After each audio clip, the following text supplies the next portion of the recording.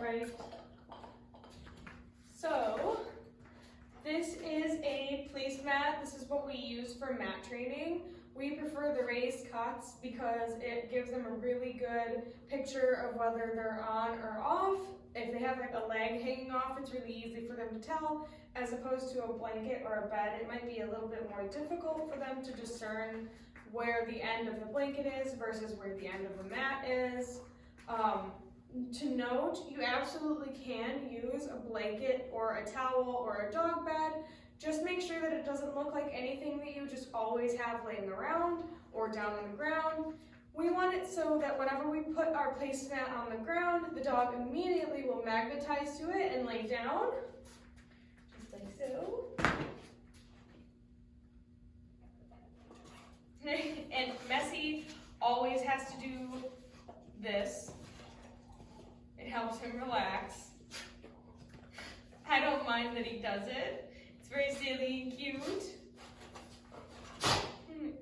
And whenever he is finished with his little routine, I will feed him all the way from up high down to the mat, nice and slow. And I won't be using a marker word at all, so no YES. That has been conditioned for him to be kind of an exciting thing. And we want the mat to be as relaxing as possible. And for him to go on there and kind of immediately do what he needs to do to settle and calm down. You're okay, Canyon. My dog is very jealous. He hears fun being had. So I don't really mind what he does on the mat, so long as he stays on it. You're okay, Canyon. And I should be able to move around and do whatever it is I need to do.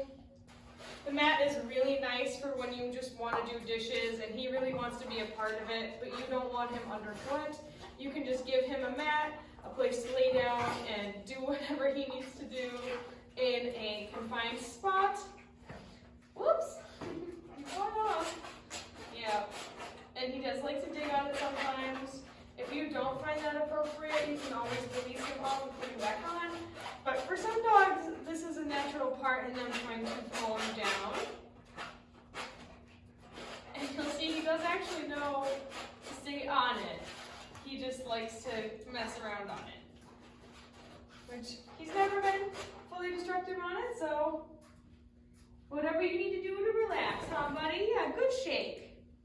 And anytime you notice something like that, a shake, a yawn, a hip flop, anything that looks like he's trying to relax, you want to make sure to reward that. And again, I'm wanting to make sure that I am giving the treat from high and then low and slow. This will promote relaxation. Nice. And it will also encourage him to lay down without actually asking him to lay down. Because again, I don't really care what he's doing on here, but eventually, if he's calm and he's chilling out and he's getting more and more relaxed, he will naturally just lay down. And doing this, if he's up and down, he will eventually say, okay, forget it. The cookie's always gonna end up on the mat. I'm just gonna lay down. That's the fastest way to get cookies the fastest. Yeah. So again, I really like this for when you're busy and you just need him to be somewhere. Another really good use for this is you can use it for when people come over. So say you have people coming over, a nice thing to practice would be to have him on the mat, allow them to come all the way in, and then release him off when they are ready to greet him, as opposed to just having him right away at the door. However, I will say to start, you're going to want to do some proofing. So first things first, you'll want to say things like, hello, or come on in, and practice doing those phrases that you may say if you have somebody at the door, away from the door. Next, add like a door knock, and you might be able to open, or you should be able to open the door and say, hello, come on in. You can practice the whole routine with him staying on the mat, And then eventually you'll be able to work up to having him stay on the mat while people are fully coming in. But to start, I would put him in a different room than where he can see the people coming in. And I would have somebody with him to help him stay on the mat. And then release him to go and say hi to guests if you want to use this for that. Just to start. But once you've built the behavior nice and strong, you'll be able to use it in no time. Mr. Messi's very good at his mat. But again, you should be able to go around and do whatever it is you need to do. I'll just pick an agility jump up and put it away.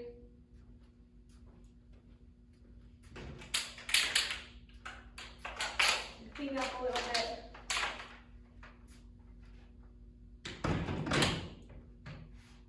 And just reward him intermittently.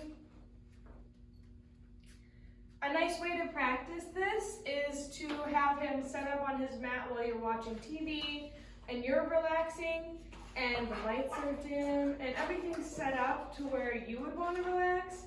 He probably also wants to relax, and that's a really nice time to bring the mat out and just practice giving him the treats all the way down.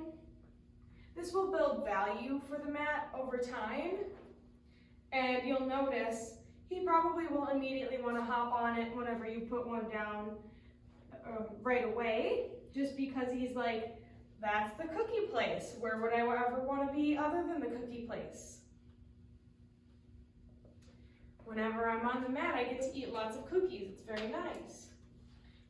So then whenever you are done, you can just simply say, okay, and throw a piece off to encourage him. And then you do want to make sure to immediately pick the mat up off of the ground and put it away. Because again, we want it to be so that when we put it down, he immediately goes on it. I don't have to ask him anything at all.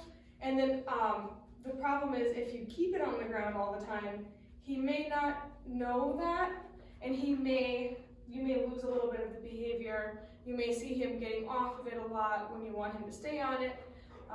So we just like to pick it up and put it away and not practice that at all. That was very good. Good shake.